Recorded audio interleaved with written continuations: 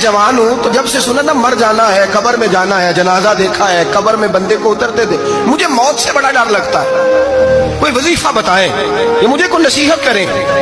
तो मीर अब्दुल वाहिद बिलगिरामी रहमतुल्लाह अलैह फरमाने लगे, बेटे तेरी जेब किस तरह की है, पैसे किस तरह के? कहने लगा हुजूर बड़ा करम है अल्लाह का, मालदार हो, खुशहाल हूँ। आपने फरमाया एक प्रोग्राम, ये नहीं उसको नफसियाती तौर पे मुतमईन नहीं किया, ना आपने उसे कोई वजीफा बताया, ना ज़हनी तौर पर उसे कोई लेक्चर दिया कि फरमाया तेरी माली पोजीशन किस तरह की है? कहने लगा हुजूर मैं अल्हम्दुलिल्लाह मालदार हूँ, अल्लाह ने मुझे नवाजा हुआ है। आप फरमाने लगे इस तरह कर, रोजाना की बुनियाद पे सदका देना शुरू कर, और फर्ज नमाज के साथ साथ रोजाना की बुनियाद पर चंद नफल पढ़ने शुरू कर।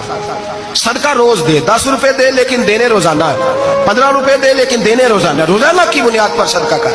बच्चा कहता मैं भी हैरान था कि हजरत मैं तो वजीफा पूछने आया था कि मौत से डर लगता है, इन्होंने मुझे सदके पे लगा दिया, नफल पे लगा दिया, वो तो काम मैं कर रहा हूँ। खैर बुजुर्ग थे, वजीफा पढ़ने लगा, सदका देने लगा, अल्लाह अल्लाह करने लगा।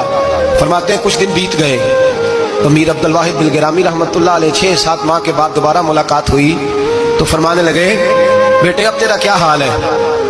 तो नौजवान कहने लगा, हुजूर अब मुझे मरने से डर नहीं लगता, बल्कि अब तो मेरा मरने को दिल करता है। तो दिल करता है, डर नहीं लगता, अब दिल करता है।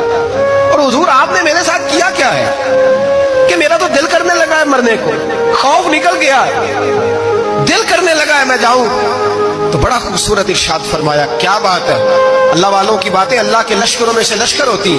पीर सैयद अब्दुल वाहिद बिलगिरामी रहमतुल्लाह अलैह फरमाने लगे, भाई जिस जगह आदमी की प्रॉपर्टी होती है, जिस जगह उसका मकान होता है, जिस जगह उसकी जायदाद होती है, वहां उसका जाने को दिल करता है। फरमाया अब तूने सदका दे के नफल पढ़ के जन्नत में अपना मकान वो करा लिया है, अब वहां तेरा प्लाट हो गया है, अब तेरा डर नहीं लगेगा, अब तेरा जन्नत में जाने